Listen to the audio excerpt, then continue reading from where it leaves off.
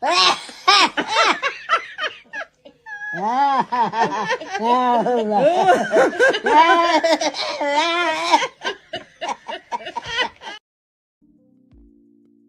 at you being all awake and stuff. You're reading words, and you probably aren't even stabbing anybody right now. You deserve a coffee, you little ray of sunshine.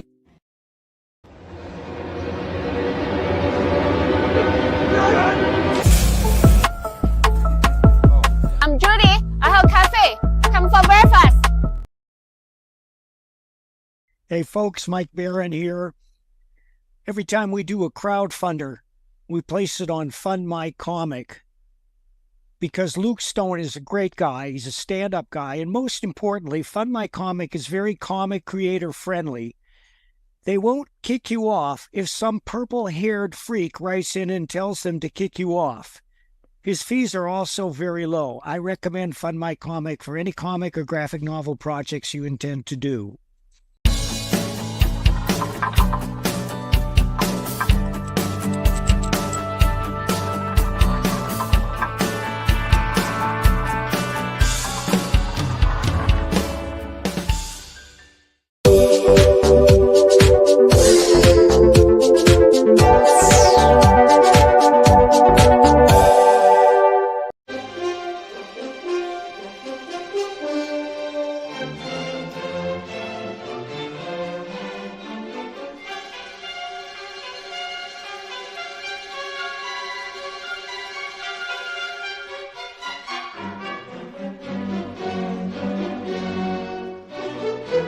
In the middle of the night or early Friday morning, depending upon where you are in the world, a group of experienced comics professionals get together to examine and instruct about the art form that they love.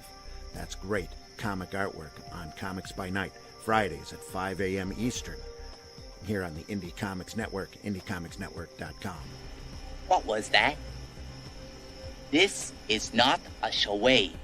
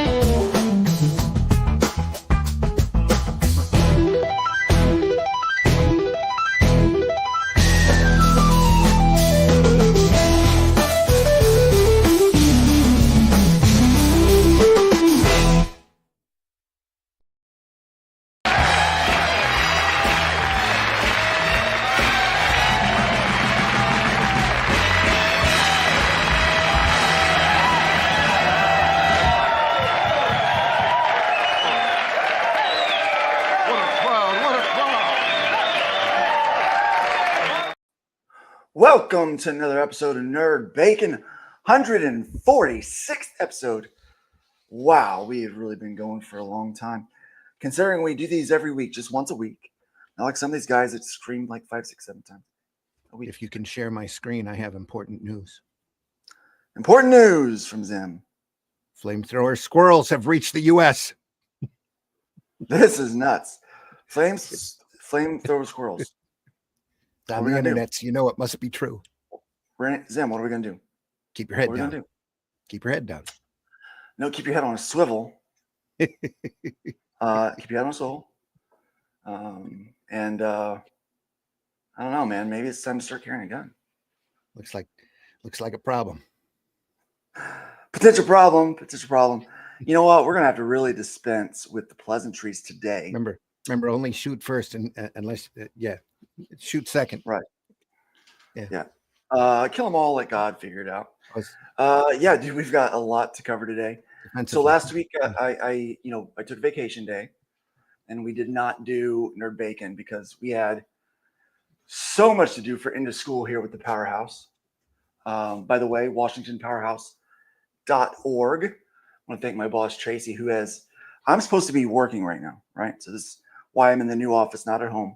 I'm working on setting this up to be a more pleasant background for everybody, and better lighting up here for streaming.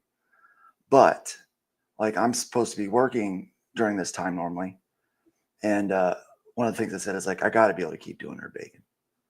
And so he's like, yeah, that's no problem.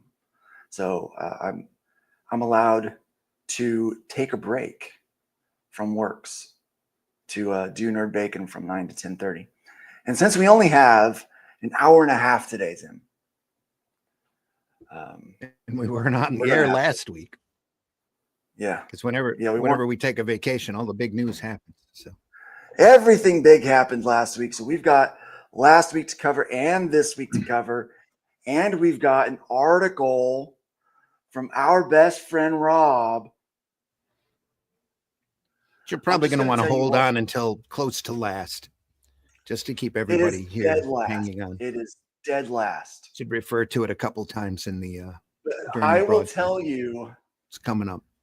I will tell you the title of his article. Are you ready for this? Are you holding your shorts? Are you prepared?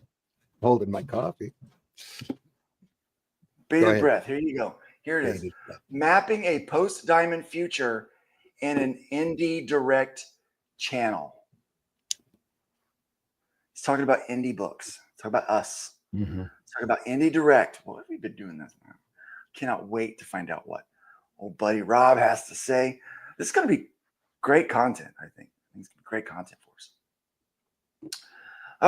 But anyway, Monday was Memorial Day. It was a wonderful day of remembrance for all those that have fallen, for us to have this freedom to be here and complain about the comics industry. There you are. I'm so grateful for these guys and gals that are defending our freedom very much. Did you have a good Memorial Day, my friend? Actually, it was nice and quiet. So yeah, it was real good. The wife took off for the weekend, and I got a lot of writing done. So it was excellent. All right. I'm very happy. So StreamYard's got this new thing where I can see the comments on the stage thing. I don't know how that looks on our viewers' end, but it's pretty cool over here in ours. Looks the same here. So that way I don't miss anything. Yeah. I don't miss any comments from you guys while I'm pulling up media assets like this. You see, your actions have consequences. When you oppress people, they rise up in a fiery anger. They certainly do. They certainly do. Oh, goodness golly. That's kind of the crowdfunding market right there, isn't it? But anyway. It pretty much is. It pretty much is. Had a wonderful conversation with Phil Russett last night. Excellent. Yep. So we will be he's on the list. He's on the list, yeah. We'll be taking a look at something he's working on. I think that we're trying to create some synergy between what he's doing and what Fun My Comic is doing. Sweet. Yeah. So I'm pretty excited about it. Yeah. And Phil's a good guy. He's been doing this for a while. Mm-hmm. been creating some pretty top-notch books. So I expect that there will be even more of those. But we'll talk about Phil's project a little closer to the end today, and tie that in with some of our indie picks for the week, for the 2 weeks that we've been gone. So we will have to make up our homework a little bit, I guess, right? We're going to make up our homework. A lot of ground to cover. A lot of ground to cover. Well, let's, without further ado, my friends, we'll keep welcoming the chat as you guys come in. I have no Thank ado you so here. much. Yeah, definitely get involved with us today. It's going to be good times. Good times. Wait a second. I need to check this.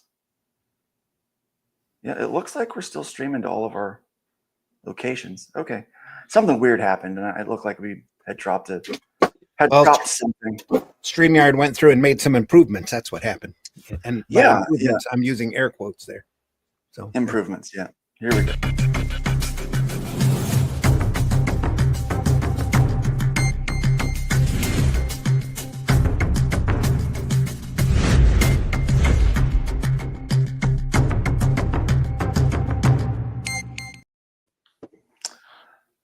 Guys, it is sad for us to announce the passing of Peter David, a prolific writer, got his start in Marvel's direct market sales department.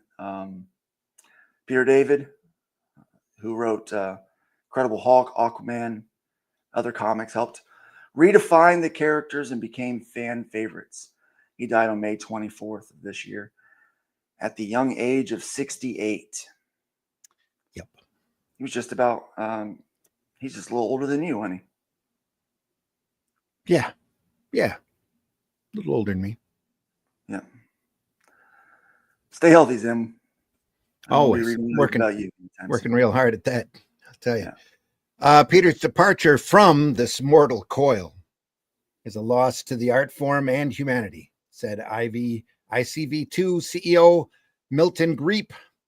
Peter was not only a very talented writer, his background in direct market sales and marketing at San Diego Comic-Con. Background and marketing meant that's silly line. Look at that. That was he understood what brought in readers better than most artists. He was also passionate about supporting the medium and served on the board of the Comic Book Legal Defense Fund for years.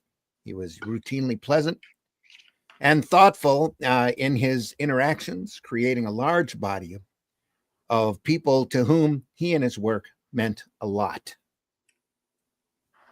Yes. Yeah. A name. He was a name in the comic industry. He definitely was a name in the industry. David was born in Fort Meade, Minnesota on September 13th, 1956, and grew up in New Jersey and Pennsylvania. His mother, Dahlia, had worked with DNA researchers James Watson and Francis Crick. His father, Gunter, was a reporter who had immigrated to the U.S. from Germany as a child in the 1930s. There you are. Like many children of the 1950s, David started reading comics at an early age, having discovered the Harvey comics at his regular barbershop. His parents did not approve of superhero comics, however, so he read them on the sly until they changed their minds. As a teenager, he persuaded his father to take him to one of Phil Seuling's comic shows in New York. Not notorious. They were landmark. Famous. Yeah, landmark. Yeah. Where he met Jack Kirby.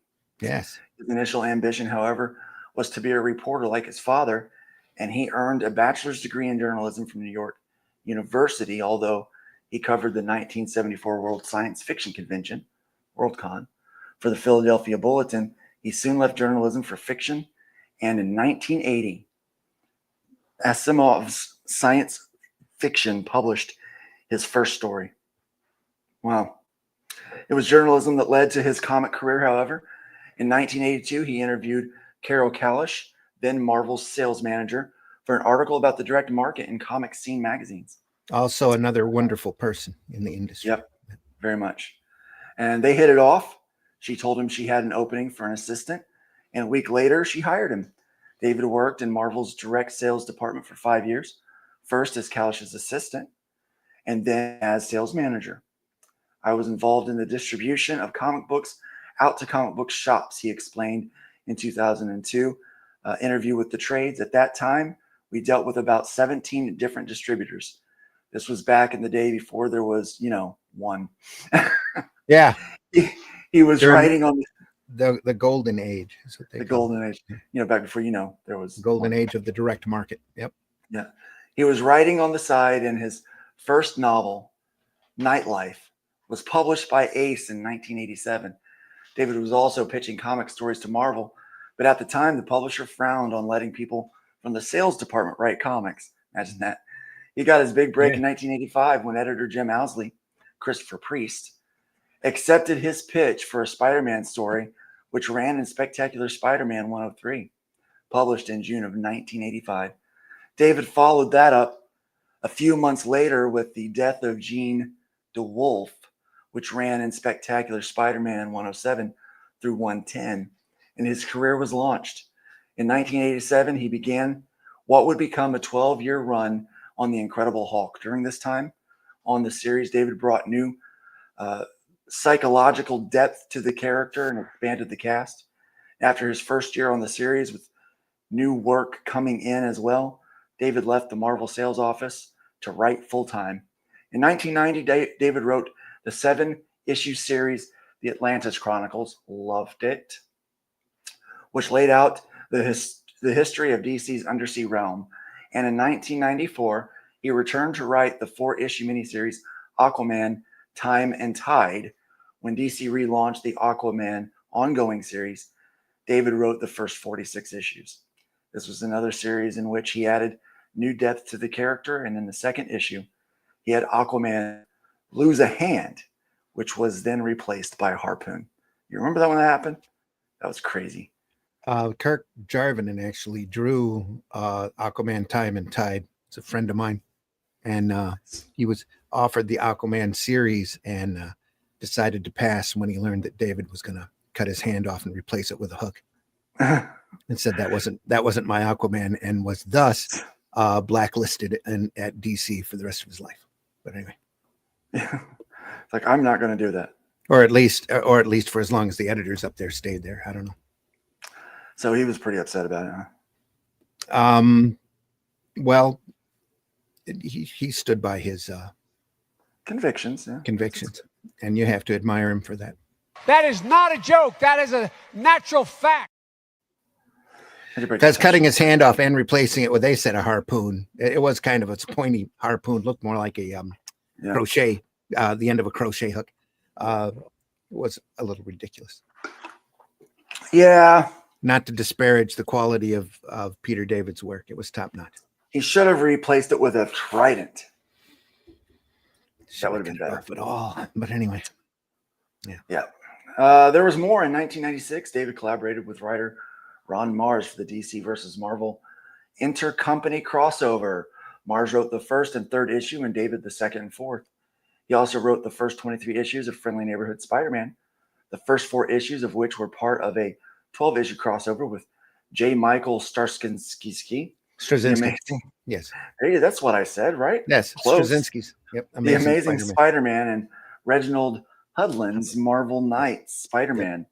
He had significant runs on X-Factor, She-Hulk, and Captain Marvel for Marvel, Supergirl and Young Justice for DC, Spy Boy for Dark Horse, and Dead Star for First Comics. He also wrote a number of Dread Star for First Comics, which is coming back, by the way. Jim Starlin's character. Yeah.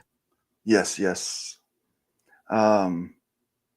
also wrote a number of creator-owned series, including Soul Searchers and Company for Claypool, Saxon Violence, co-created with artist George Perez and published by Marvel's Icon line, and Fallen Angel, published by DC and later by IDW.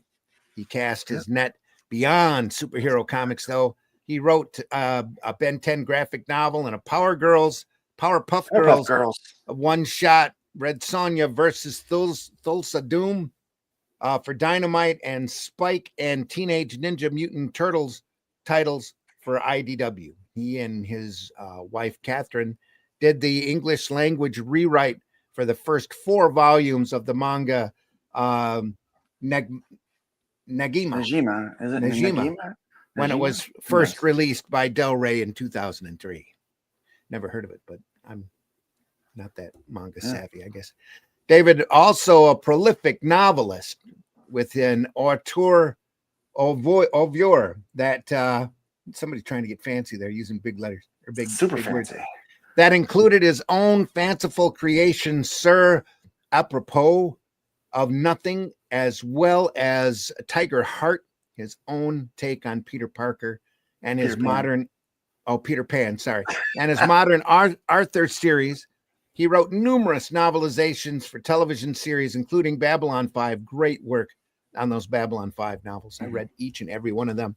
And Star Trek, as well as movies, including The Rocketeer, Batman Forever, 3 Spider-Man films, and Transformers Dark of the Moon. His screenwriting work includes Nickelodeon series Space Cases, which he co-created, 2 episodes of Babylon 5, the Young Justice animated TV series, and several episodes of Ben 10 and the spin-off Ben 10 Ultimate Alien.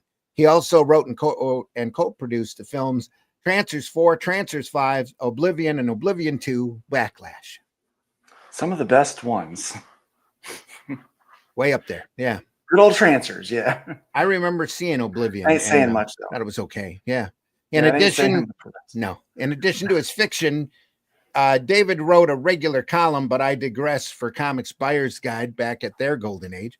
And some of the columns were collected into a book by the same name, published by Krause Publications in 1994. The second volume, More Digressions, was published by Mad Norwegian Press in 2009.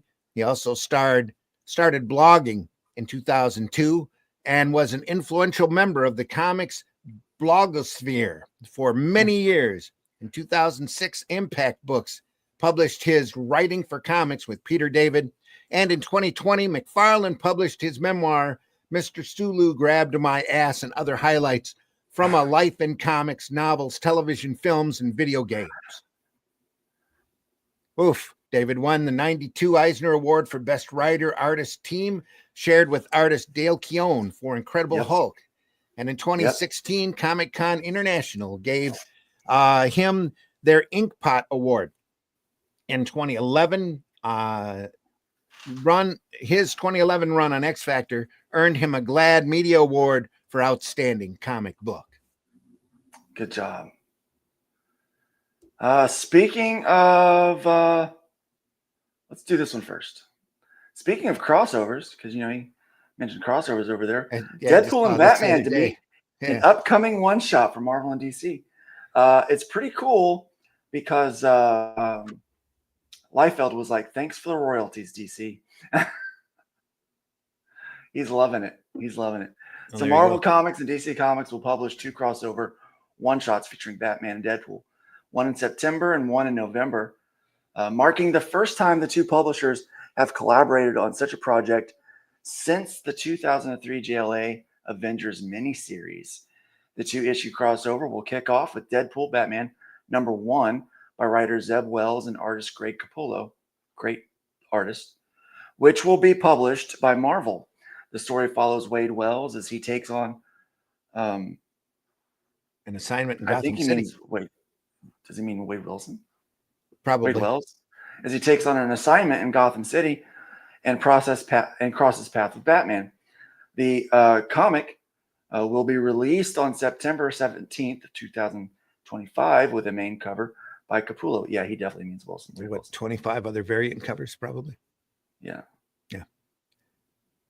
Wow. In Batman, we found someone who has even less time for Deadpool's antics than Wolverine, but a citywide threat from the Joker makes strange bedfellows, literally, if Deadpool had his way. They're going to make Deadpool gay in this. Well said in a statement accompanying the announcement. Batman Deadpool #1 by writer Grant Morrison and artist Dan Mora will be published by DC in November of 2025 with a main cover by Mora.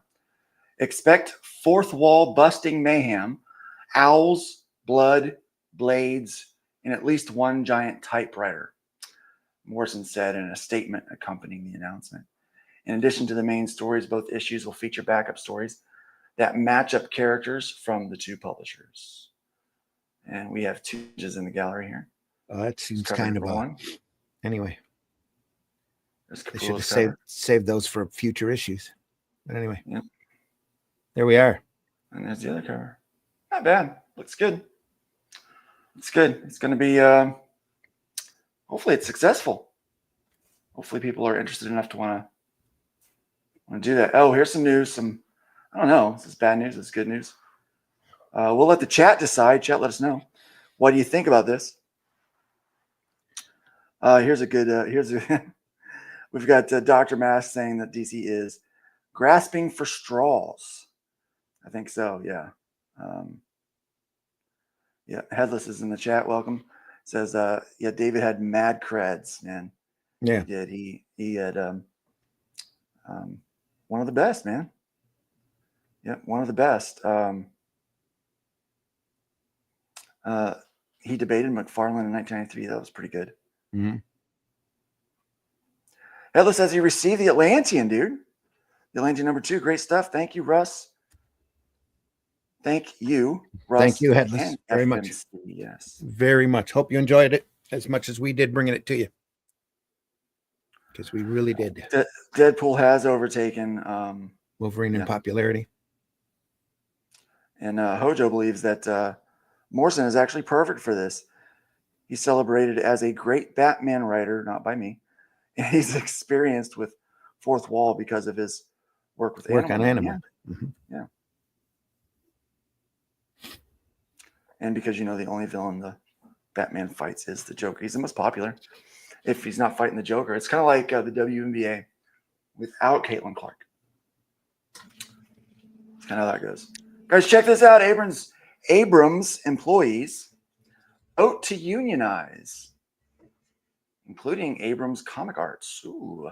Employees at Abrams Books, including Division Abrams Comic Arts, have voted to unionize. The union announced the new union will be part of the UAW Local 2110. The mail-in vote, which ran April 30th to May 21st, yielded an 88% win for the union.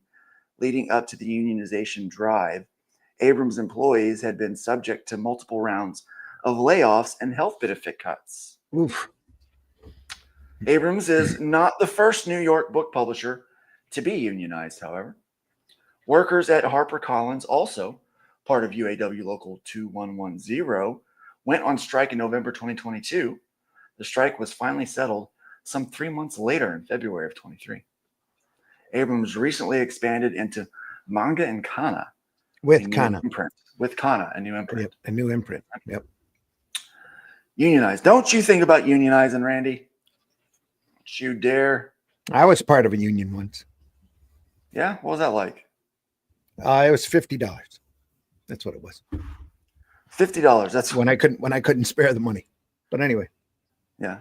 Yeah, I worked at a plant long enough for them to be able to take union dues, and then they laid me off. So yeah. But anyway, labor unions are parasitical. Yeah, yeah. And Marcus, Batman, Deadpool, God help us. Yes. Well, they had they had announced they were going to start doing crossovers. So what do? They got to take their 2 biggest icons and cross them over. Yep. I always had a great idea that they've never done and probably will never do, because you can't get that kind of cooperation out of these corporates. And that was to trade a character. Yeah. To have a cosmic event happen where two characters about at the same level, 3rd-tier characters, switched universes. Yeah, that'd be fun. And the big rule was the character for DC there that went to DC had to join the Justice League for the time he was there, and the character that went to Marvel had to join the Avengers. That would be great, especially if each one of them was from. Yeah, like you take Thor and Hawkman and swap them, like trading. That could be a good swap. That would be it would boom their sales. I know it would. It really would. Yeah.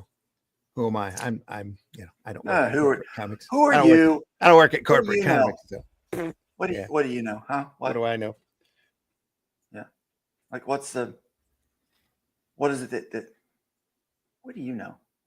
And they'd end up doing somebody, probably really ridiculous, and it would flop. So, Yeah. And then one or the other one would turn gay for sure. But that's a whole nother story. Probably. I know more than you. All right. Pedro. Hey, Miles, welcome. I'm just in time. How you doing? Guys, I think this is some more doom and gloom. Doom and gloom coming soon. before we go into the doom and gloom, it's funny you were talking about unions like 5 seconds ago, because two union leaders down here are in jail because they were secretly owning around 30 miles of coastline with union money. Whoa. It's horrible. Like the country is afire now over those two guys. So yeah, go unions. Especially, How dare you? Okay, really? yeah, especially if you're a leader. Yeah, then yeah, it's good. Yeah, you can't do that. You can't do that. Mm-mm.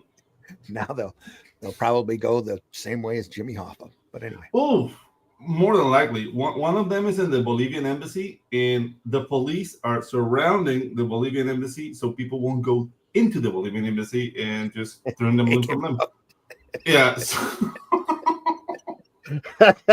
And yeah, okay, understandable. Yeah. Hey, so let's show comments on stage thing. Can our viewers see the comments rolling by? I can see them here. Yeah, I can see them too. But they're really, really small. You can't hardly I can see Glenn's happiness from here. Yeah. You can? Yeah. I mean, they look fine. They look fine to me here, but yeah. I got to squint. But anyway. Yeah, let us know if you can see those things. That's a nice feature. Yeah, you need to. Very good. All right, so let's go on. Restructured. Dark Horse parent name and date. Dark Horse Comics parent Embracer Group has provided more details on its plan to spin off more assets, leaving a smaller company with a new name behind. With its quarterly earnings report, the breakup of the company was first announced over a year ago, as Modi was spun off into a new public company in February. A date has now been set for the spinoff of Coffee Stain Group. Coffee Stain. That's ew. Which will hold some of the group's video game company assets by the end of calendar 2020. Why don't they call it Skate Mark? And just skip everything else. That's No, another let's call group. it Hot Dog Water. That name was already taken. Yeah, Skate Mark Entertainment. Let's call it Hot Dog Water. That'd be better. Yeah, Hot Dog Water. At that point, the remaining company, originally planned to be called Middle Earth and Friends, will be renamed Fellowship Entertainment. Okay. So That's it will remain a publicly listed company under the new name. Intellectual property rights controlled by the group will include The Lord of the Rings, The Hobbit, Kingdom Come Deliverance, Tomb Raider, and over 300 additional game IPs. Among the assets in the group will be publisher and entertainment company Dark Horse. Man, they're getting just pushed around. They're like the Coffee like the Stain. kid no one no, wants. they're Fellowship. Yeah, they're part of Fellowship. Yeah. Aftershock. Aftershock. Are you shocked? Is it shocking? They emerged. Whoa. Yeah. Do you want me to read it? Go for it. Aftershock emerges from Chapter 11 bankruptcy with plans to resume operations and pay debts in full. Listen to that. That's awesome. Paying debts in full. There's an odd concept for you. Aftershock Comics is coming back from bankruptcy with a restructured operation and plans to pay its debts to creators and others in full and to resume publication of series that were interrupted.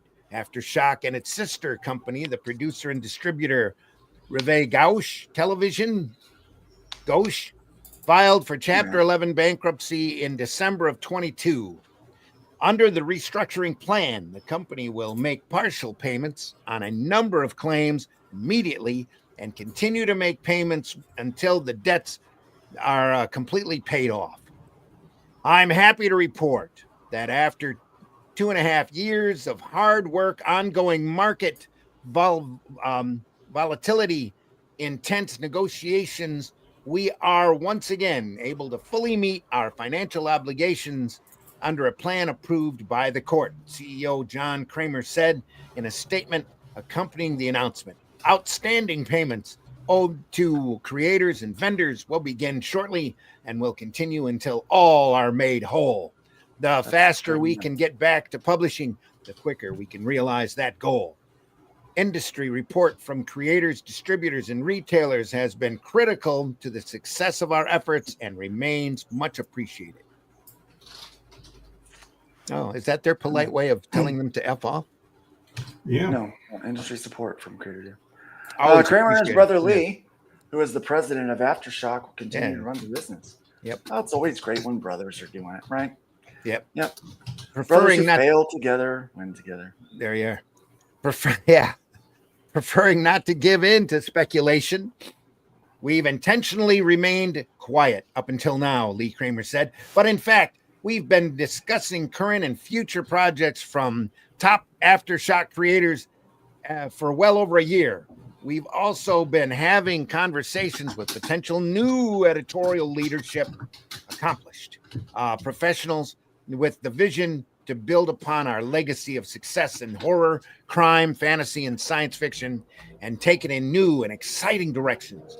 Regarding the handful of series that were left hanging with only 1 or 2 issues left to go, we fully intend to conclude those arcs as their creators become available. On top of that, we have several series and films based on Aftershock books that are in deep development and should be heading to production by the end of this year and the beginning of 2026. Plus, multiple projects with great talent that are already at the studios and streamers, which we are excited to announce shortly. Senior Vice President of Sales and Marketing, Steve Rotterdam, said the company will bring back its retail programs. The distribution landscape has changed dramatically, and that's something we plan to quickly address and adapt to in ensuring that everyone who wants to read an Aftershock comic can purchase an Aftershock comic, he said. Our Aftershock Ambassador retail program was the envy of the industry, and we'll be looking at new and innovative ways to bring the ambassadors back once we're firing on all cylinders. We're anxious to get the word out to invite fans, retailers, and creators to return to Aftershock. The pandemic much harder than they realize, I think. Yeah, the pandemic and subsequent writers' strike impacted our business in ways nobody could have predicted, John Kramer said. While we still believe that securing financing in the spring of 2020 to grow out our business and keep everyone working was the correct strategic move, business conditions proved unstable, and in spite of positive interest on the investment front from numerous parties, the ongoing uncertainty amidst the prolonged pandemic disrupted our momentum. Though recognizing the effect it might have on the extremely important relationships with creators, fans, distributors, and retailers, the restructuring process was the best avenue we could have pursued to protect our assets and your assets and the work of those who created content for Aftershock. Yeah. All right, we need to discuss something. Yeah, we do. So Aftershock fell into the same issue that a lot of companies and these smaller publishers are running into. Ambiguity. I don't think they cared about the comics Apathy. near enough. What it was is and they even put it in there about the studios and streamers. They were trying their best to option as many stories as they could that could potentially be the next Netflix series, the next Amazon Prime series, because that's where the money's at. It's in the streaming networks, right? And that's why the writer's strike and the actors thing, that's why that screwed them over, because their focus was on that and not actually making good comic books. Yeah. Somebody that might be a hot take. Some of our people here might disagree with me. It's not that hot. No, I'm with you. But yes, Dr. Matt says it. IP Farm. Yeah, it's not that hard. The thing is, like, yeah, like you're gonna like stop paying attention to the medium that you're working on, looking on the possibility of something else happening after. So basically, quality will be on the wayside because they're just like, do we have that Netflix meeting ready? Do we have that? That's their focus. Yeah. So the comic itself is not going to be good. And If I can, how if I can make a small request, please, in the Sure. chat, somebody list their favorite Aftershock title, please. Just one of them. Just just so we know. or name an Aftershock title. Name an Aftershock First- title. Anybody? Anybody? Bueller? Any takers? Bueller? And this is by no means like we're trying to bash Aftershock or anything. It's just a matter of what's your focus, guys. Like if you're gonna make comics and put the effort on doing the comic. Everything else will be secondary. But if you come into making comics thinking about Netflix, then you're not gonna pay attention to what you're doing. And then you'll get like Ninjak and stuff like that. Yeah. Russ says the industry is full of many claims of making quality comics. I see very little evidence. Yeah. Aftershock's coming back, guys. Yes. I don't know if they wanted money or they wanted something more sexual. Oh. Something. They want something. How about this, guys? Under new ownership. Is there really? Alliance and Diamond, acquisition of Alliance Games distributor and Diamond Comic. This was as of May 16th, so this was Where's last that? week's news. Where's that? The acquisitions of sound Alliance effect? Game distributors. Wah, wah. Anyway, Wah, wah, wah. you want me to read it? What a story, Mark. I mean, this is The as acquisition of exciting. Like this is as exciting as reading news on the sale of a secondhand toilet. But go ahead. All right. The acquisitions of Alliance Games distributors and Canadian distributors Universal Distribution LLC and a Diamond Comic distributors and related assets by NECA and Whiz Kid parents Ad Populum have closed, the companies announced. The closing this week came after a ruling by the bankruptcy court last month approving the sale. This acquisition marks a transformative step forward in our mission to deliver exceptional service and value to retailers and publishers across North America. Universal Distribution President and CEO Angelo Exarchopoulos said in a statement accompanying the announcement. By combining Alliance's respected legacy and expansive network with Universal's operational strength and innovation-driven approach, we are poised to elevate the distribution experience across the industry. We look forward to building on the trusted relationships Alliance has cultivated and continuing to support the growth and vibrancy of the hobby gaming community. A word about comics, though. What were you saying Path about a forward for secondhand Alliance. toilet? What? Yep. No. The path forward for Alliance Game distributors under new ownership seems fairly straightforward with the acquisition of Diamond Comic distributors, Diamond Book distributors, Diamond Select Toys and Collectibles, Collectible Grading Authority, and other related assets by Ad Populum hold more uncertainty as the comic distribution part of the business was rapidly losing publisher clients and sales and will require retooling to be revived. But there's more. Rats There's off the more. sinking ship. Yeah. Well, I've got more for you. Comic executives and others. That's just like Laid a off day. at Diamond. This might be the next day. 3 days later. 3 days 3 later. days This is later? 19. Okay. I love this when you're reading Not news. 28 days later, 3 days later. 3 days later, my friends. Glenn says Pedro needs flushing. Yeah. Pedro, you need flushing? Maybe. Flushing or Restructuring of- fluffing? Both. The restructuring of the comics and graphic novel businesses. Flushing's only Recently 20 acquired minutes from from- my house. Hmm. But anyway, go ahead. Recently acquired from Diamond Comic Distributors has begun with key executives and others laid off last Friday. The layoffs took place as NECA and WizKids owner Ad Populum took control of the comic-related businesses when the acquisition closed last week. So this was the next day. So we're just getting 3 days reported. So this was on Friday. This was reported on what was the 19th, the Monday? Maybe? Wait a minute. WizKids. Ain't that like the miniature company? because those guys are in a huge scandal because they did like miniatures for this video game, Baldur's Gate 3. And they were offering like collector quality, and dude, it was like Chinese, like chop painted dog shit, and they have to recall everything. There you go. Like, I think the announcement went out on Friday, and as did the pink slips, but it didn't get reported until Monday. Yep. Yep. All right. So Chris Powell, Chief Sales and Service Officer for Diamond Division, Diamond Comic Distributors, Alliance Games, all this crap that he was doing. Posted on Facebook that Friday was his last day. The last 13 years have rarely been easy, but I'm just as grateful for my time here as I was for the prior 23 years at Lone Star Comics. Which means pulling teeth was more fun.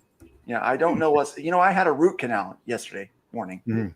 And I feel like it was a better time than what these guys have had the last 13 years. Yeah. I mean, I napped through most of it.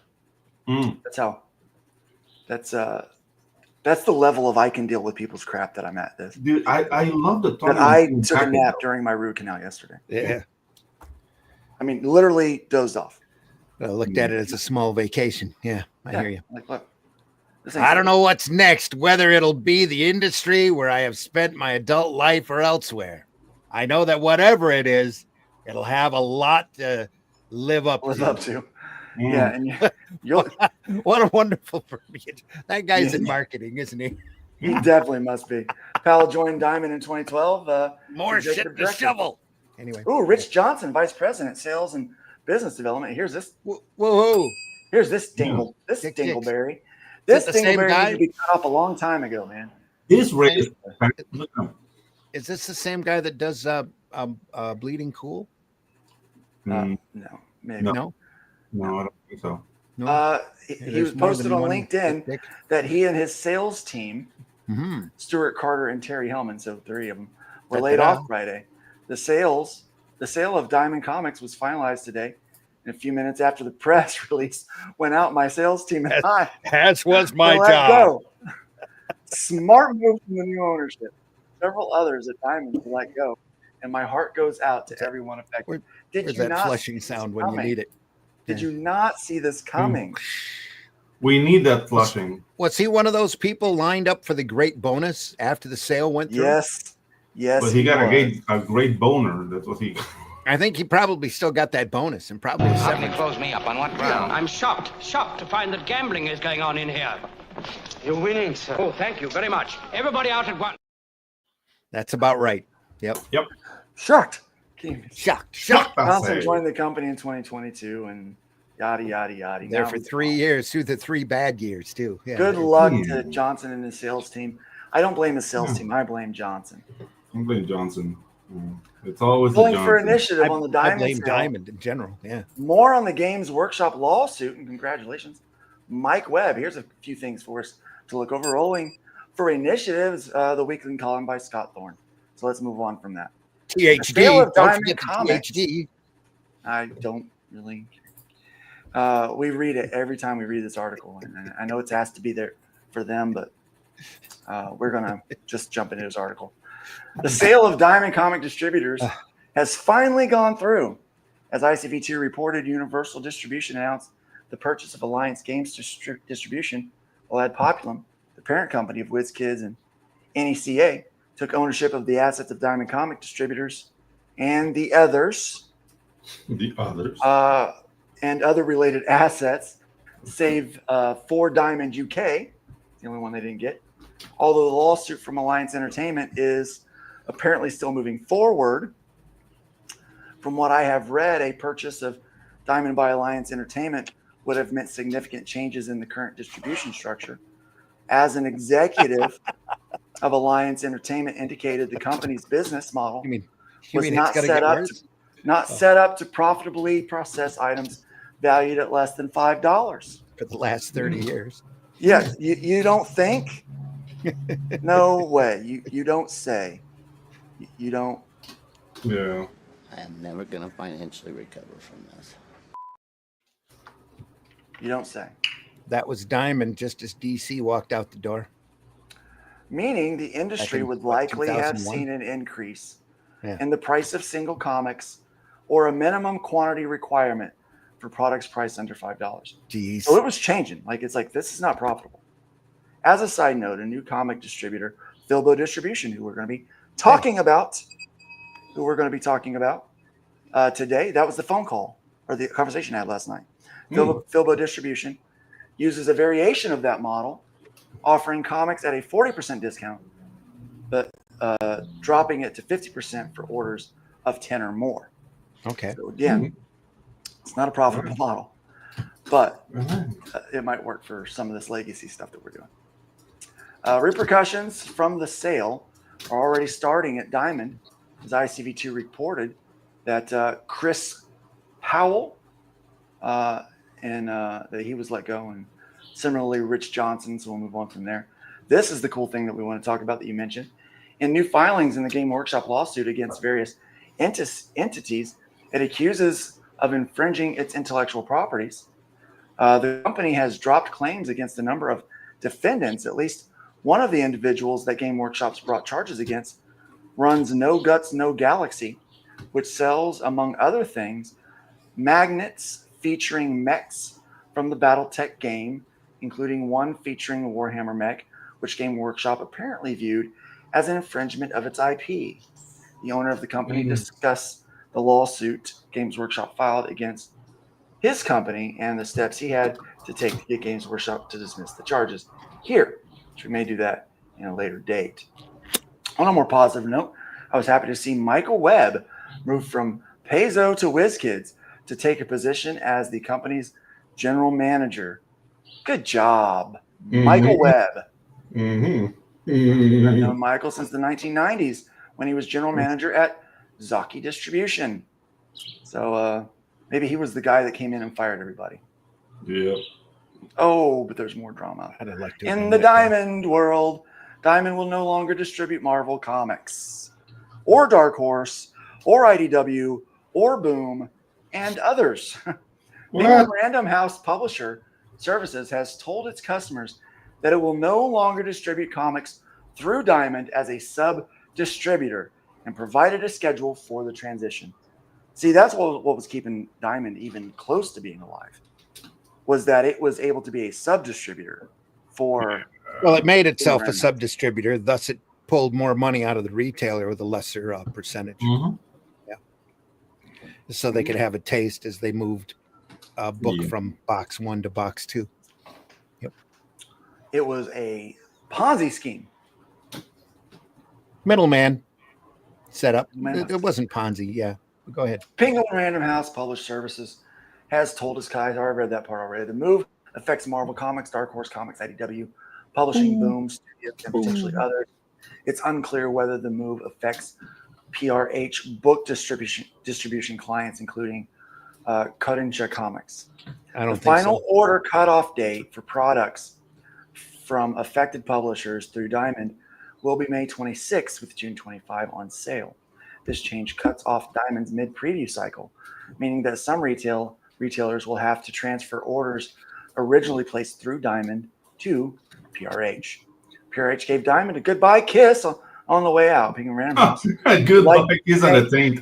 We'd like to thank Diamond for their partnership and contributions to the marketplace. They wrote in their message to the. I think you had the wrong gesture there. It was more like mwah. Yeah. The move comes as Ad Populum, the new owner of Diamond's comic distribution company, has not communicated with retailers on its plan for the future. Probably because they're still working to set them up and to cover over the mess that Diamond left. That was on the 21st. That was on the 21st. That was on the 21st at 1 p.m. 1:11 p.m. Let's fast forward to 5:13. It's closing time, guys. It's closing time. On May 21st. I'm going to read it. Yes. Ad Populum, the new owner of Diamond Comic Distributors, has released a statement responding to the news today that Penguin Random House Publisher Services would no longer offer books through Diamond Comic Distributors.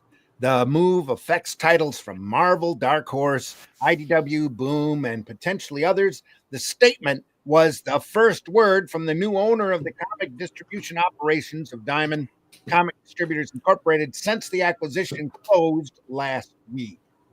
Quote, "It's disappointing that after years of collaboration, Penguin Random House has abruptly cut off access to product for our royal retailers and loyal retailers and fans," a Diamond spokesperson said. "We're focused on actively working with other publishers to remedy the situation and minimize disruption." When you don't get paid. Yeah, good stuff. Good stuff. Yeah. Fast forward. Same picture. To the 28th. Oh, so the 21st is over? No, that was a long day. Oh, sorry. This was because we're reading that article last. Yeah. This was the 28th. This was yesterday. Yesterday at 3:30. Wow. 3:30. Wow. Diamond bankruptcy. Dynamite alleges. Wow. Over 500,000 in unpaid invoices. Just Dynamite, and they're hung out to dry. Yeah. Dynamic Forces. Want me to read it? Dynamite Entertainment has asked the court handling the Diamond Comic Distributors bankruptcy case to require payment of $500,000 worth of product that the publisher states was shipped to and sold by Diamond after it filed for bankruptcy on January 14th, 2025. According to the motion filed by Dynamite on May 27th, Diamond has not paid the publisher for 3 invoices submitted on April 27th, May 4th, and May 11th, totaling over $500,000. The attached invoices. $509,000. Yeah. The attached invoices list several high-profile titles, including the first issues of Captain Planet and Space Ghost Johnny Quest, Space Quest. The total also includes sales of the book channel and international sales. Dynamite is requesting attorney's fees in addition to payment of the monies owed. In another document filed on March 12th, Dynamite stated that product had been ordered and paid for since January 14th, so the non-payment of the 3 invoices from April to May appears to be a new issue. A new issue. So sorry, Dynamite. So saith. They're screwed. They are. Dynamites. Yeah. So the long-term impact. Well, they'll take them to court, and if they win anything, they'll probably get a dime on the dollar once everything's settled. But it'll be a long, dragged out. Yeah. It's our buddy. Rob. Oh, yay. Ready? Rob. Column by Rob. What's the title? Mapping a post-Diamond future in an indie direct channel possible. Yeah, because indies benefited so much from Diamond. Yeah. Possible. The domino has fallen. Fat Lady has sung, and the dust has cleared. To mix a metaphor, or to be literal, the ink is now dry on the court documents. Old Diamond is dead. Long live whatever is left. While we wait to see what is and how it will look without a lot of Diamond's familiar faces, it's time to think about alternatives for publishers not big enough to catch on with PRH or Lunar, but who still need scale and access to the direct market. Here's my pie-in-the-sky idea, how we can cobble together a workable solution based on existing models and technologies. Connecting the dots from crowdfunding to distribution. Crowdfunding via Kickstarter, Zoop, Backer Kit, Zoop rhymes with poop, and others has already become a tried and true path to market it for independent creators and similar presses. Comic-based campaigns have historically been among the most successful on Kickstarter, and everyone from hardcore indie companies like Spike Trotman's Iron Circus Comics to mid-sized publishers have figured out how to use it to get both literal buy-in from fans and market visibility. No, did I skip buy-in from? No, fans and market. For years, these companies have been promising and occasionally delivering. Oh, dig that dig. For years, these companies have been promising and occasionally delivering tools to help scale from one-off campaigns to retail distribution. Now might be a good time to lean hard into that. Parallel to crowdfunding are the platforms that enable direct subscriptions and memberships, such as Patreon and Substack, or their more indie-friendly, lower-cost alternatives like Ko-Fi and Ghost. How would these work in terms of physical products and distribution? Ko-Fi has a built-in shop that enables simple listing of products and fulfillment options. The others would require third-party add-on like Shopify. The problem with this model is that there are hundreds of active campaigns and offerings, all clamoring for time and attention. Retailers have to keep track of what's out there and typically order on a campaign-by-campaign basis, even if there are retailers available. Considering all of the additional overhead and fragmentation of distribution has already added to the workload of stressed out comic shops, having to deal with that for books with similar, more specialized readerships seems a bridge too far. One site to rule them all?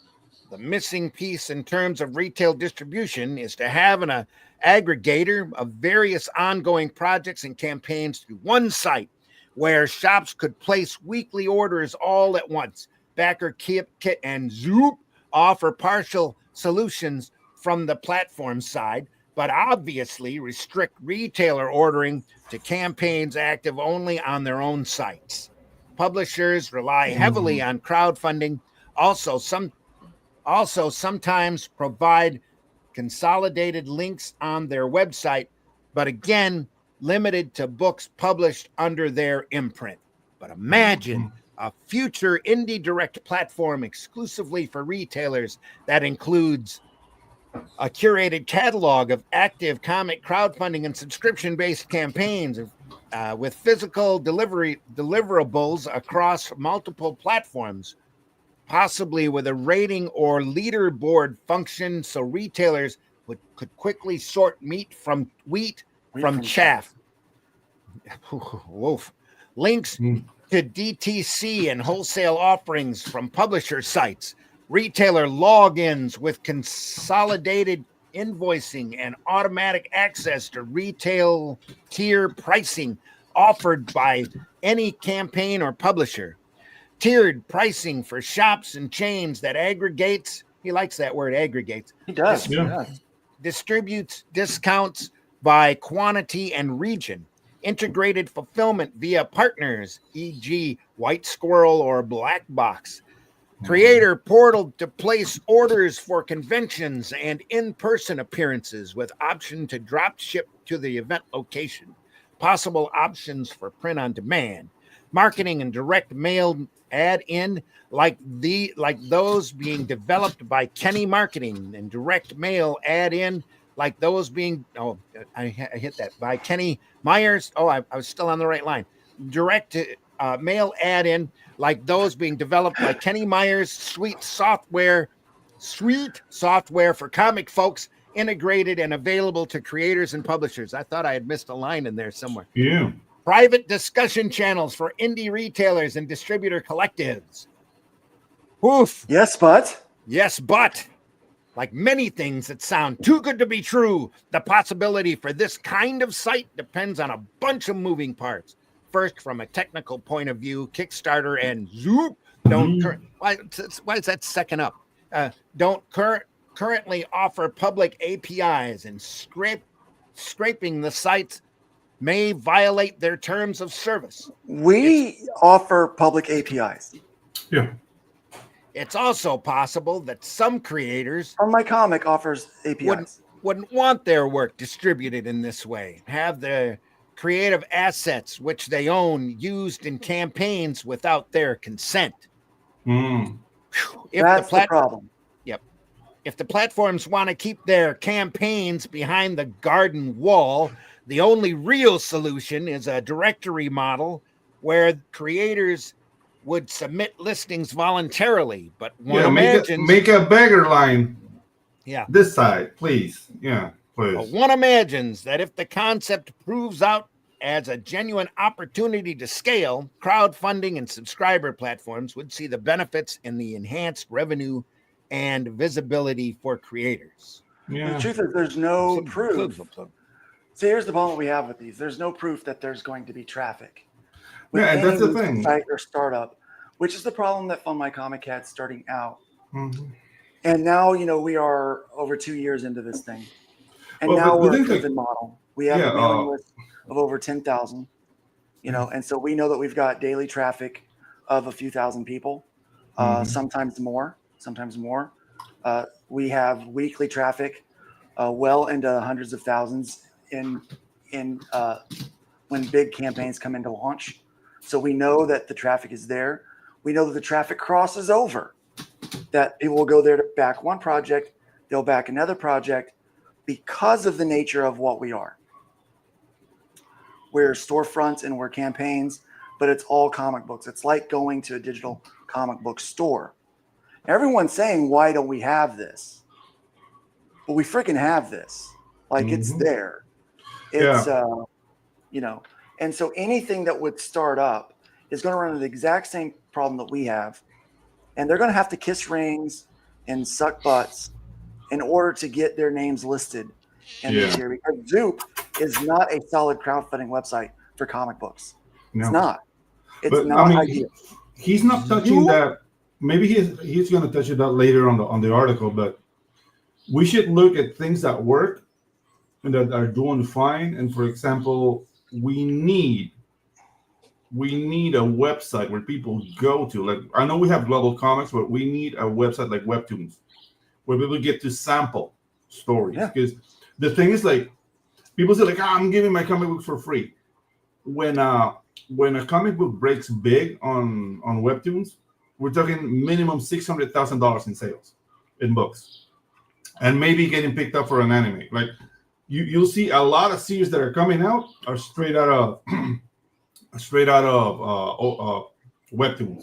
The only problem with Webtoons is the contract. Like, if your IP gets picked up for animation, then they keep the rights for it. So that's the only thing I don't like about Webtoons.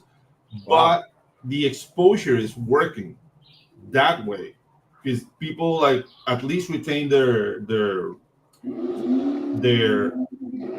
ownership of the IP for the book sales.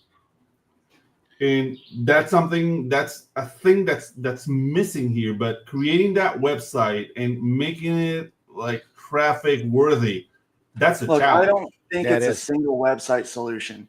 And here's no, it's not. It shouldn't be.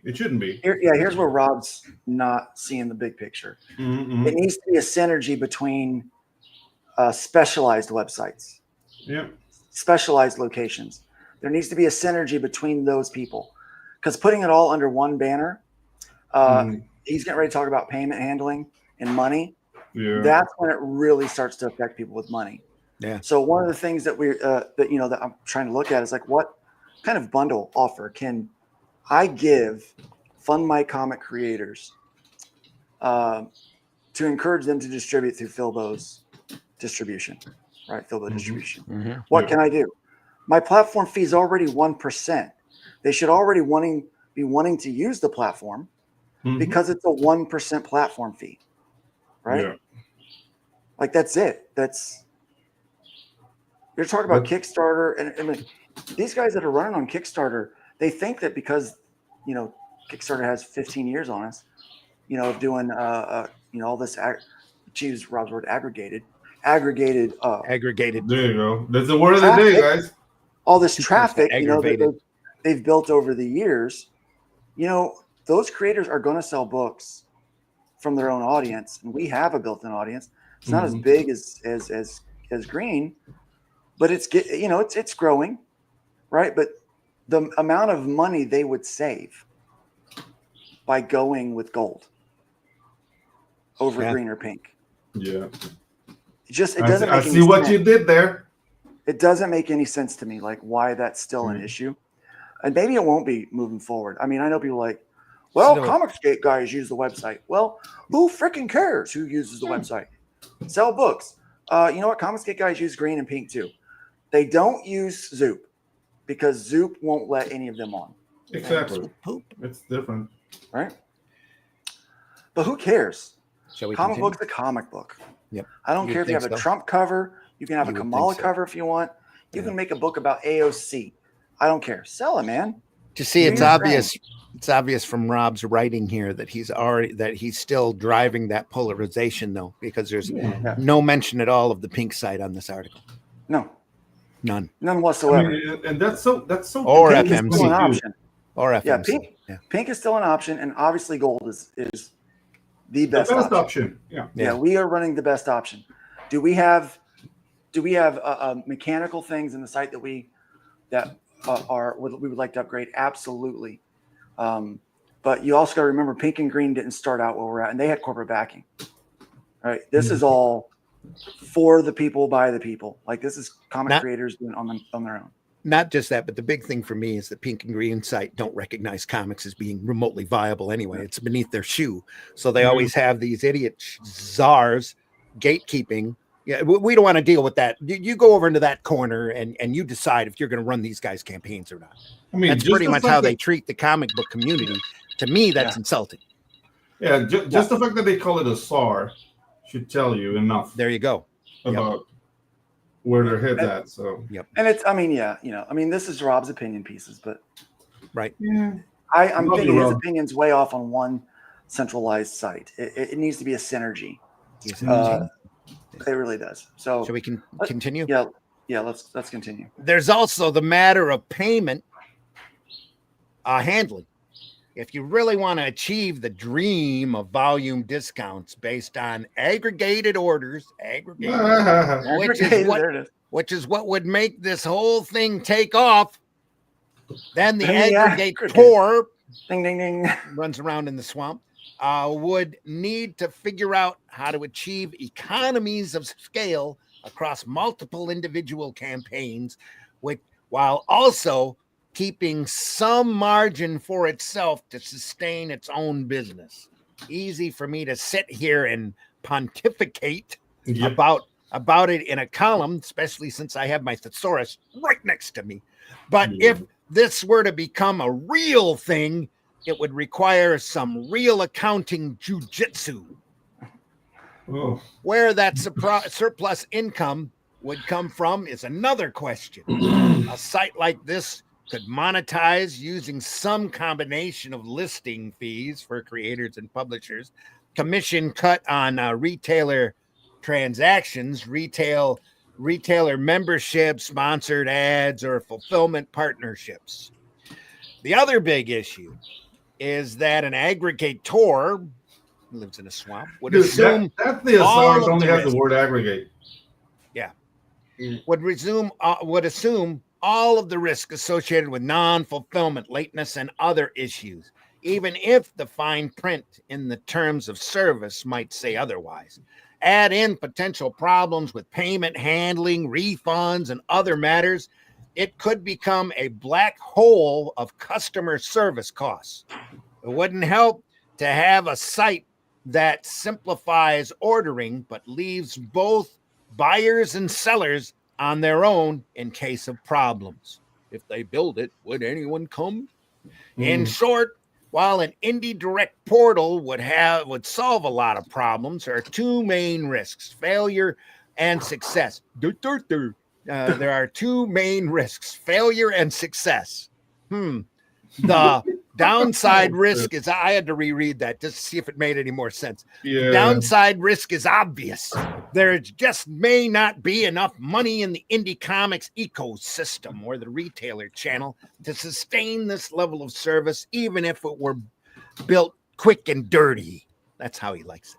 Even if it simplifies certain aspects of ordering for stores, it would still be one more thing for staff to do, one more channel to monitor, one more set of orders to track. Yeah, and who wants to work, right? Yeah, there you go. Right. Yeah, especially for money. Especially for some extra money. Yeah. Success might pose an even bigger threat. If key partners like the crowdfunding platforms decided the pie is too sweet to share, or enough bad actors flooded the channel with bogus campaigns to take advantage of the increased access to the market, the provider would be stuck in the middle. Still, desperate times call for desperate measures. If we want to keep this part of the market alive, it's worth thinking creatively, even if not everything we throw at the wall will stick. Would love to have industry folks jump in to continue this conversation. The opinions expressed in this column are solely those of the writer and do not necessarily reflect the views of the editorial staff of ICV2. At no point has Diamond ever been a real friend of the indie creator. Or the retailer. Or the retailer, right? They've just been raking money. So what he's saying is stuff that most indie comics creators have already done. They've already secured their retail distribution. Well, not most. They've secured their mailing list, their fans, to buy their books through crowdfunding. So direct to customer. Now, direct to store, working on that. We're working on that. He is right, though. Individual publishers are too fractured for retailers to want to keep track of, unless there's a huge book that they know that they can make tons of money off of. Yeah. But the thing is, like, clinging on the retail and like not selling your books directly, like going to a store, like that's his main focus. Yeah. Indie creators need to pivot because, I mean, we're known for the fact that they want nothing to do with us because they think we're not reliable. So, why go into a store and beg, please carry my book? He just said it. He said like bogus campaigns. Yeah. Well, who's to determine if a campaign is bogus or not until after they've supported it? They're going to determine who they think is bogus or not by who's behind it, right? Yeah. Oja says, "Welcome to the party, Rob. We've been here for a few." They don't even welcome him to the party. He's not looking in our direction. No. He just thinks he's sitting up on a high tower and he thinks he's looking down. That's what he's thinking. Yeah, he really does think that he knows everything. He is like the Matt Walsh of comic book commentary, where Matt Walsh is he's like, everybody knows, like Matt Walsh says a lot of things in the conservative commentary, but a lot of the stuff he says is just flat out stupid. Yeah. He makes hot takes about things that are misguided, weeks old, completely misguided, and he has no idea of the nuances of the situations. He'll make comments about comic books, and he doesn't know a dang thing about comic books. So I mean, there's. If he were talking about politics, he'd be on MSNBC. Right. Exactly. Yeah. There we are. Sometimes these people become a joke, and Rob's that way. Is a little bit of a joke. No. We all meet our comedians in this industry. Yeah, exactly. Like then it's just sad that he's writing articles off of the hip. He says he's got experience, but really he doesn't. Yeah, the thing is, like, I'm missing the word, especially in the indie market. Yeah. I'm missing the word in English, but we need something for Rob's articles. Like every time we start reading, we just go with a little like, like, yeah. Filbo distribution. New website that's up. Filbo. There are different companies here committed. I'm gonna be having a conversation with him today about Arrow Comics doing orders through the system. I asked last night about how many retailers they had lined up. It's a good number. I don't want to share like all of his inside information because we didn't. A good number is a good number, and any sale is a sale. Yeah. So yeah. When I say good number, we can do to help him out. When I say good number, I mean it's good number by my standards. Okay. Because I've had other small companies come up and say, "Hey, can you do this?" I'm like, I want to partner with FMC somehow. Can we create synergy? And I have said no. Recently, within the last couple of months, I've said no to a company that wanted to come up and grab our API and filter because they needed content. So they wanted to filter, they wanted to try to build an audience based on our content. I'm like, well, I don't see the purpose in that. The benefit, yeah. Yeah, I don't see the benefit in that to our people that are currently on the site. And it creates just an extra place people have to go. Now it is better than like, running a campaign on, say, Fund My Comic and Kickstarter at the same time. Because there you're splitting your money up, which is bad. You want the money to go all through one campaign, especially the one that's going to take less of your money. But he keeps a 5%. So 55% goes to the publisher, I think is what he told me. Like his what he takes better than super 62. low. Yeah, it's super low. Better than 62 or 63 or 65 that used to go to Diamond. So what you did there, Glenn? It's good stuff. Yeah. Comedians can't stop laughing at Pedro, yeah, right? So I know English enough. So this is the thing that's really happening. You've got to log in as a retailer to be able to see the catalog. You have to prove you're a retailer, which is what a lot of other sites don't do, right? So retailer account sign up, publisher submission guidelines. Submission guidelines are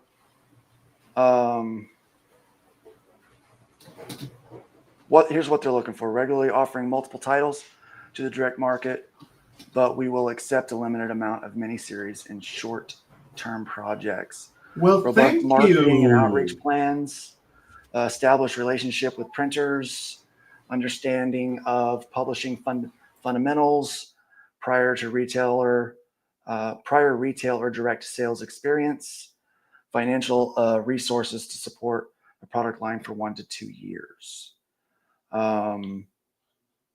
Pretty basic, simple stuff. Yeah. Not bad.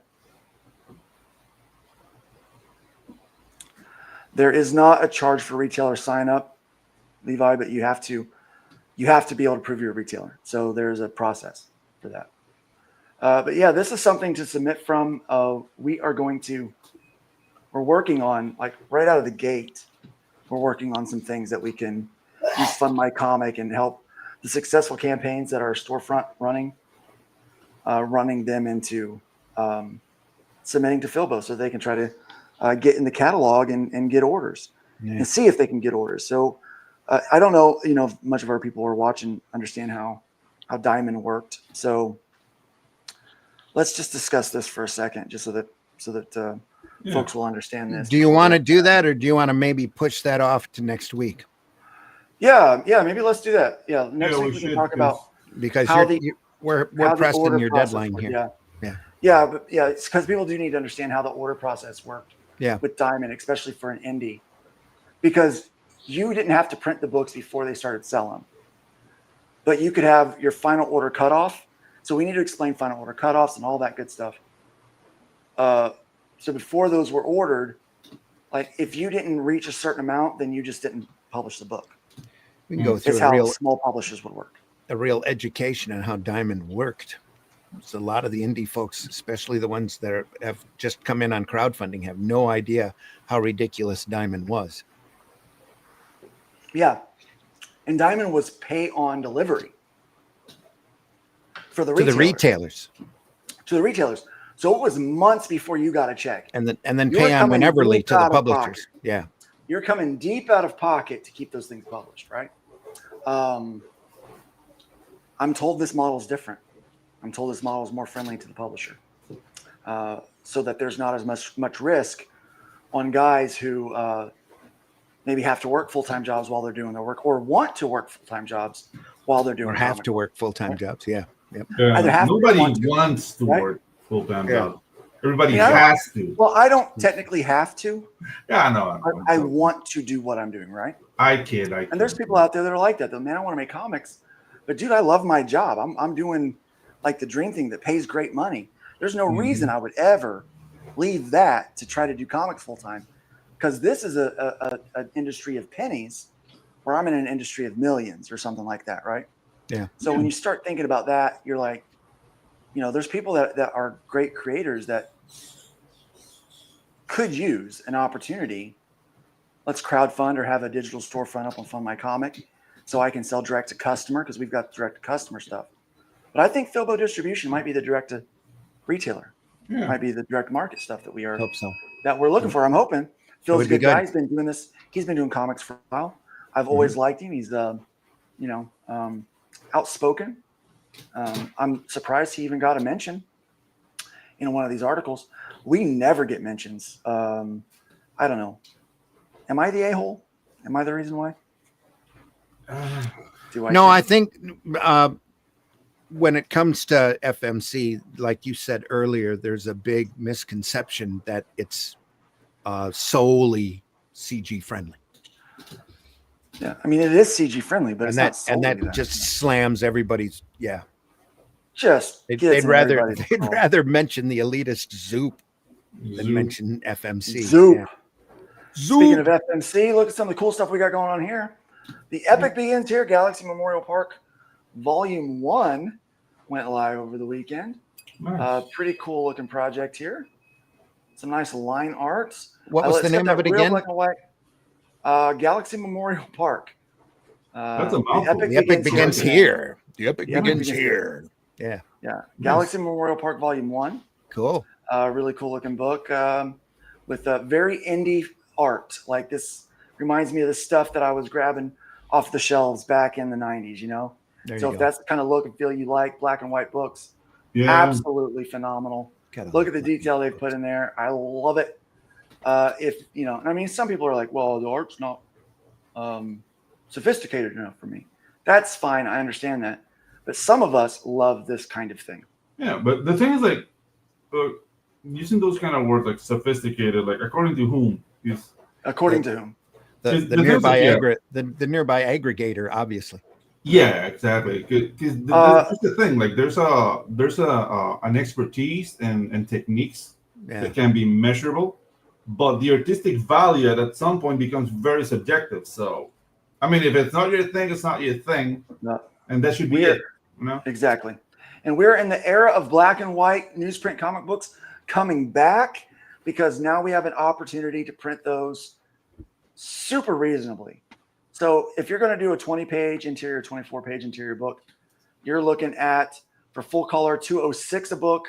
You're looking at black and white, $1.66 a book, 24 pages. That's pretty good. Man, if you could squirrel away a couple of those pages and sell ads to some of your local businesses, say, look, I'm going to distribute to this many stores. You can grab some books, man, and do a good job here with that. There you go. And get your print runs almost paid for. What you need to do right now is you need to go in and back one of these print vouchers, guys. Yeah. Set up for your print run now. Yeah. Set up for your print run now. This little mini digest down here, look at this. Yeah. They got the 5 by 7.5, 48 pages, black and white, $2.10 a book when you're doing a run of 200. Is that saddle stitched? Saddle stitched. Yeah. Okay. Guess what? We have been looking for Arrow Comics. A perfect way to run our Indie Comics Unlimited print edition for what we're wanting to do. We've kind of been putting that on the back burner because printing was going to be an issue. And distribution. And distribution. Yep. Well, we got a guy named Phil, but we got our own Philbo that was working on distribution, right? So he's secured about 300 some stores in order to be able, and he's got about 3,000 some copies that he's got coming out, right? But we're trying to figure out how we're going to print this newspaper, because we're going to do newspaper size. And we're having trouble finding newsprinter papers and at a reasonable price. Yeah. Why was that? Like, I was like, how is this even an issue, right? Ding, ding, ding, Not ding, an issue yeah. anymore. An issue anymore. All the big newsprint printers deal on volume. Right. Yeah. So we know how many units we need to make. We know how many units we need, right? So yeah, back when I was doing Flint Comics, we were printing 10,000 with no staples, no glossy cover, and we were considered a very small print run. Yeah. That's a huge print run these days. It is, but in the comic industry, it is, yes. Yeah. Huge. But these things are looking really good. He's doing his homework. He's reached many goals. They've already got the 5,000, the 7,500, and we're getting ready to unlock the 10,000, which is the stack cutter, manual paper creaser, and the paper trimmer, along with a set of replacement parts for those pieces, enough staples and shipping boxes for 5,000 comics. So that is the next goal. They've already unlocked the new mini goal, which was a second standard size comic printer. Okay. So he's running. He's going to be able to run with this stuff, man. This is really good news. Yep. So get over there and do that and buy your Comics Are Better on Newsprint t-shirt all the way up to 3X. You're going to want to get one of those. That's amazing. 19 days left in this. He's raised $9,065 so far. Less than 60% funded. Less than $1,000 away from breaking that 10,000 mark. Yeah. And then another 5,000 away from doing his large overarching goal that he has set for this. Definitely happening. Newsprintcomics.com. You're not going to want to sleep on that one. I think it's a great opportunity. Printing on newsprint might not be for every one of your books, but it might be for some of your books, right? Yeah. So here's an opportunity for you to break into a direct market through something like Philbo distribution. And also for a non-creator, it would be good to make like a samples book, like get several creators ready and give samples of your comic book. So as a marketing 48-page sampler, that you can use as a marketing tool. Yeah. Super smart. Great idea. We did that with Starcross Comics. Yeah. We did that. We did a sampler book with all of our stuff, and it helped.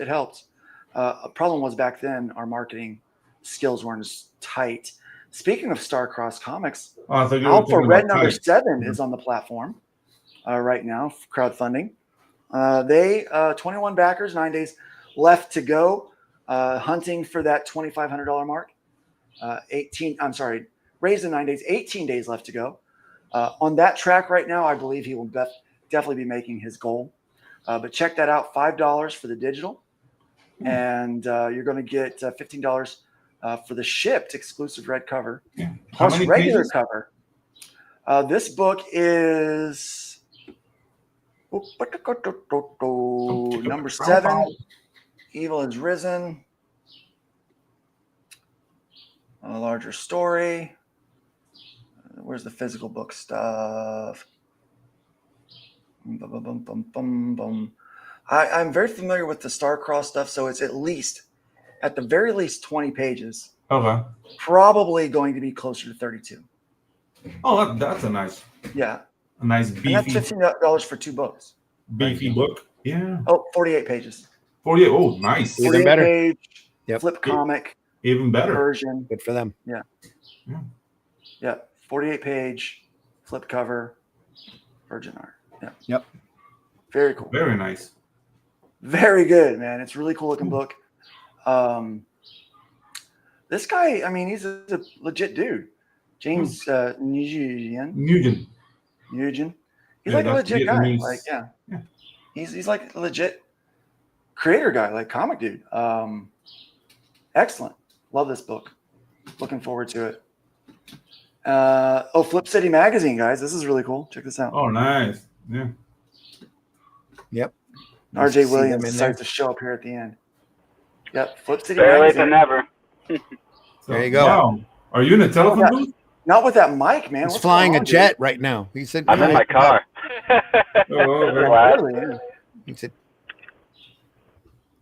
So yeah, very cool. And in just one day, I know RJ popped in because he's going to be launching Call Sign Orion in just one day. Starts tomorrow. Just one day. Yes, sir. That's I'm tomorrow. going to- Does it sound like I'm in a jet? Because it's got jets. Yeah. It does sound like you're in a jet. It does sound like you're in a jet, and I'm going to shut something off. Just say bogey at 6:00. You'll convince everybody. Do it. Yeah. Bogey, 6:00. Nice. That did it. That was the ticket. Now we're back sizzling. Nice. Fox 2.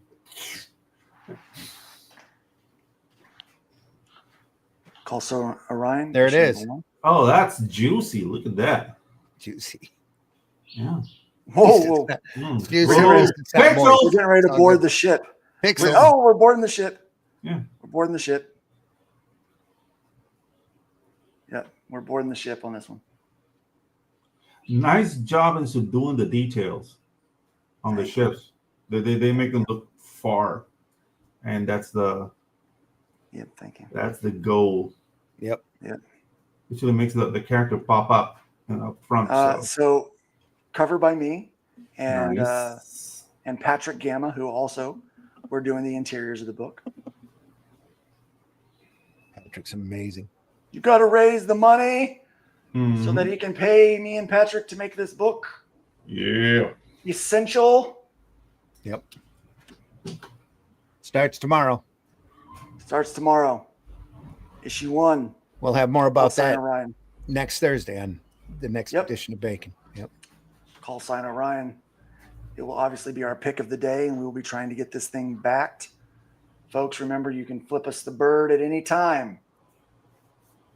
Flip us the bird anytime you want. Yeah. We wish It you is would. encouraged. Yeah. Look at that. Look how good that is. Look at those colors. Yeah. Oh, it looks great, man. Look at those ships in the background.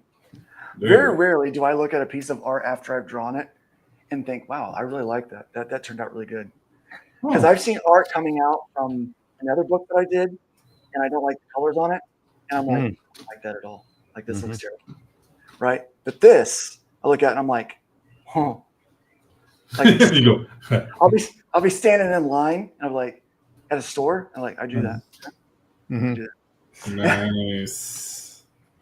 Look what I did. Look what I made. I used to do that a lot when I was a kid. Nah, it's just I do it. I'm doing it right now as an adult with this project. Yeah, dude, It's like, a lot of no fun. worries. Like, if you're It's a lot proud, of you're fun. proud. Like, I'm not I bashing you. spent so long on this cover. Nice. I spent like months on this cover, like coming back to it and drawing a little bit at a time, erasing a ship because I didn't like it, Oh, man. looking for a different kind of, ship inspiration, trying to get the depth right, trying to do the background. At one point, I'm almost done, and we had a problem, and I accidentally deleted my layer. And I'm like, oh no. But it was like, I can do it better. And I think I did. So that was kind of how that turned out. Yeah, but that's a digital Launch it artist tomorrow. problem. It is. Like, I deleted my layer. Like, that makes no sense to an analog artist. Not at all. Yeah. Yeah. And, and I know the analog artists out there, oh, you wouldn't have that problem. If I know, but I don't care. Look, listen, I don't care. And that's the important thing. You don't care. Dr. Crow says beautiful art. Thank you, Dr. Crow. There you Appreciate go. it. It is going to be a great looking book. It's going to be really cool. You guys aren't going to want to miss that one. Oh, dude, I wish I could show you what I'm doing right now, but I'm under NDA.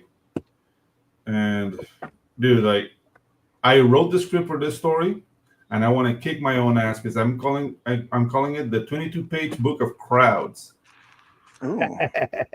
It's just thousands of little critters with distinctive designs and like warping from them.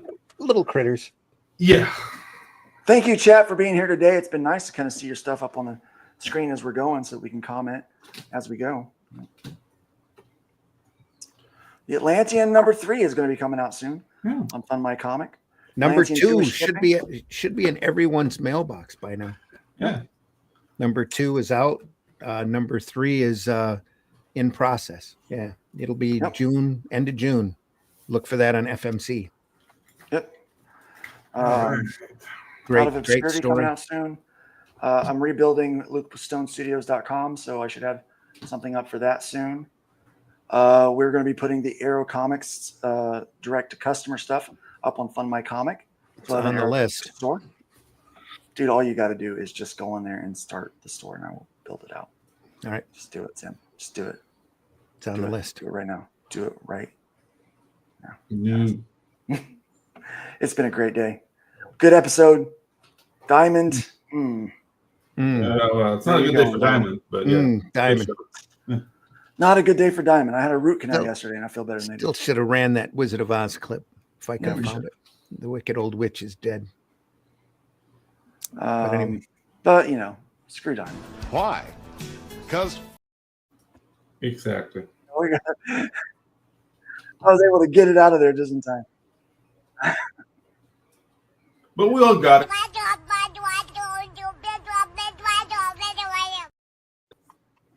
That too.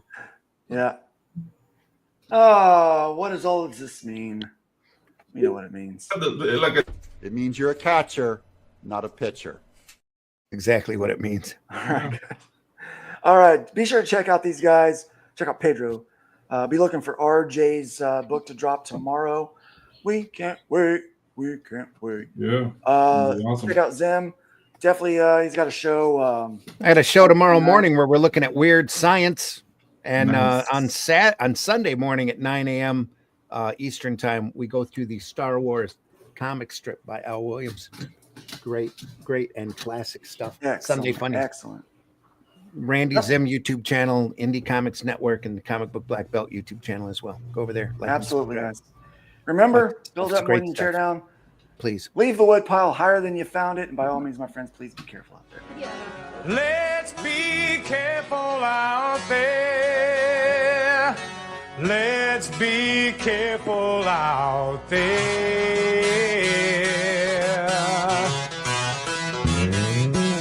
We had a 187 at the 7-Eleven on the corner of 4th and Main. 2 Caucasians of the male persuasion put a bullet through the cashier's brain. Moving on, I see a 211, half a dozen 459, 2 AEWs, a GTA, and several miscellaneous crimes. Homicide,